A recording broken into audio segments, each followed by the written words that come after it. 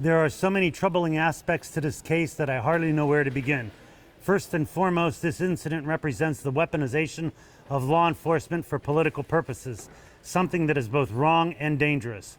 The conduct of the Cleveland Heights Police Department and Chief Christopher Britton were deliberately designed to intimidate and harass Ms. McDaniel. While it should come as no surprise, given the acrimonious nature of the recent interactions between Ms. McDaniels and police, their behavior was unconscionable and inexcusable. At the very least, as soon as they recognized Ms. McDaniels, they needed to stand down and call another law enforcement agency to investigate this matter. There was no emergency, no need to proceed as if one existed. The police officers on the scene, including Chief Britton, knew who she was, where she lived, and how to contact her if necessary. Second, the body cam footage clearly shows this Ms. McDaniel should not have been detained and questioned for 2 hours. She was totally cooperative with the officers throughout the incident and explained what happened. But from the outset, officers ignored what she said and accused her of without evidence of walking into someone's house down there. It's on video, and I have it here where it's on the body cam. One of the officers also speculated that Ms. Daniels entered the property in question because there was a sign supporting the recall of her spouse, Cleveland Heights Mayor Khalil Serene, although there's absolutely no evidence to support that claim. At 11:55 a.m., police officers confiscated Ms. Daniels' phone because they wanted her to prevent her from manipulating her phone because there could be evidence of a crime recorded on it. There's no probable cause for the seizure, and if police did believe it included incriminating evidence was recorded on it, the proper thing to do was apply for and obtain a search warrant, which to date they have not done. I also note that if Ms. McDaniel's phone had been returned to her at the scene, it would have been easy for law enforcement to determine if information had been erased if they obtained a warrant. With this ECI, which is electronically stored information, they could have easily determined whether or not she erased any information off of her phone. Ms. McDaniel adamantly denies the allegations made against her, and I will vigorously defend her, especially because the evidence obtained from the ring camera may have been edited or altered. But aside from these charges, every citizen in Cleveland Heights, Ohio knows, and this nation should be deeply concerned by this example of police overreach. No one should have their rights trampled simply because they are involved in a political or ideological dispute or disagreement with law enforcement. So in this instance, along with defending a client who's been charged with crimes she did not commit, I am defending the constitutional rights of all Americans. First of all, I want to make it clear that the Cuyahoga Prosecutor's Office played no role in the investigation that resulted in Ms. McDaniels' indictment. They simply dealt with the product of a deeply flawed and totally biased inquiry perpetrated by the Cleveland Heights Police Department. I'll take any questions you have. Now, Cleveland Heights told us that they turned this over to the prosecutor. After 2.5 hours of investigation, after detaining her for 2.5 hours, and after reading her Miranda rights, and after the chief of police showing up on scene to personally investigate this matter, that's when they turned it over. They knew who she was. They knew where she lived. They should have said to her, don't touch your phone and we'll have someone else investigate it. That's not what they did. This is trying to influence that recall election that's coming up in September. That's 100% what this is. And where do you get the allegation where that they might have edited that ring video? So if you look on ring video, they record longer than they gave you, and it's easy for them to clip and snip. We want the entire ring camera video. So if you actually watch the body camera video, the chief shows up at the very end and says, we're going to turn this over to the outside. After 2.5 hours. He knew she wasn't there, though. He knew. He didn't personally investigate it. He showed up and said, we're going to turn this over. Okay. And that's all he did. The chief of police should have said to his officers, that's the mayor's wife. We know where she is. She's a block from our house.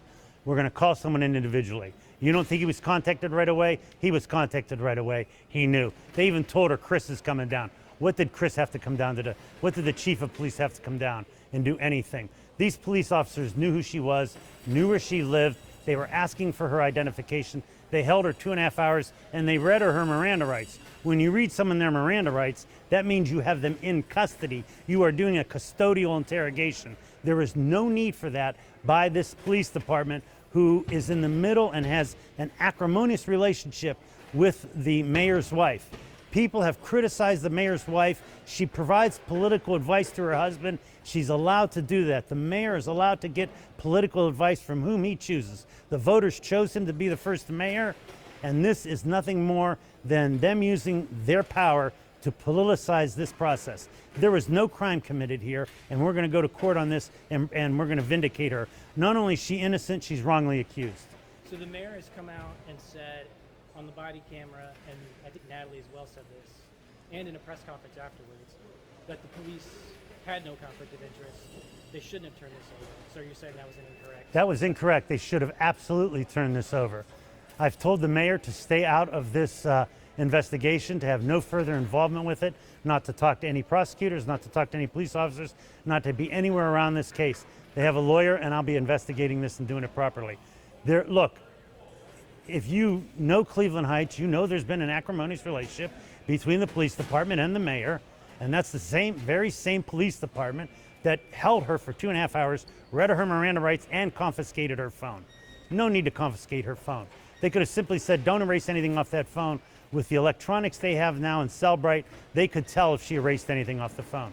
They confiscated her phone right there on the scene. This is purely for intimidation purposes. Now, the homeowners have reached out and said that they feel that they've been treated wrongly in this, that they have been uncomfortable since this happened. The mayor's spreading rumors about them that are not true, and that they didn't. I don't know what rumors the mayor is spreading. That they didn't redact any video. Well, we're going to find that out. I want to get the whole Ring camera video. It is our position that the Ring camera video has a lot more seconds on it than what they showed the police.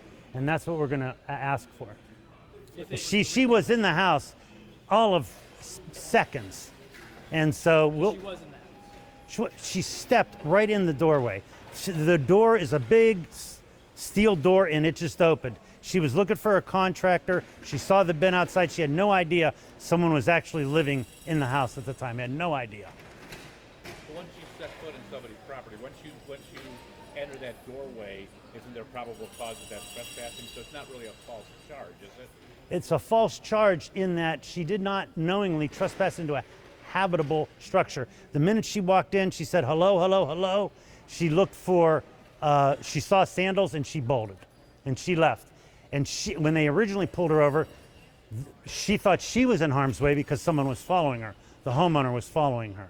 Look, I'm going to call this what it is. If this was investigated by an independent agency, I don't know if we'd be standing here. But it was investigated by the Cleveland Heights Police Department, who obviously doesn't like things the mayor has done.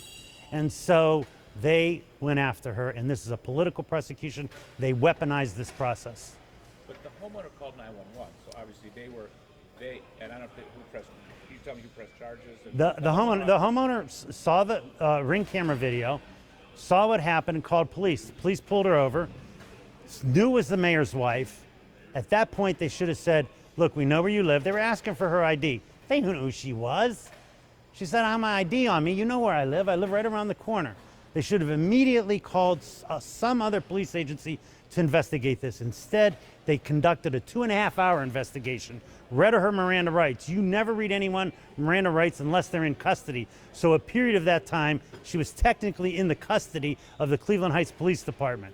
And I'm saying they knew who she was, they knew where she lived, and they could have told her, don't touch your phone. We're going to have the Cuyahoga County Sheriff's Office investigate this. They didn't do that. And that's what we're critical of. And you said habitable structure.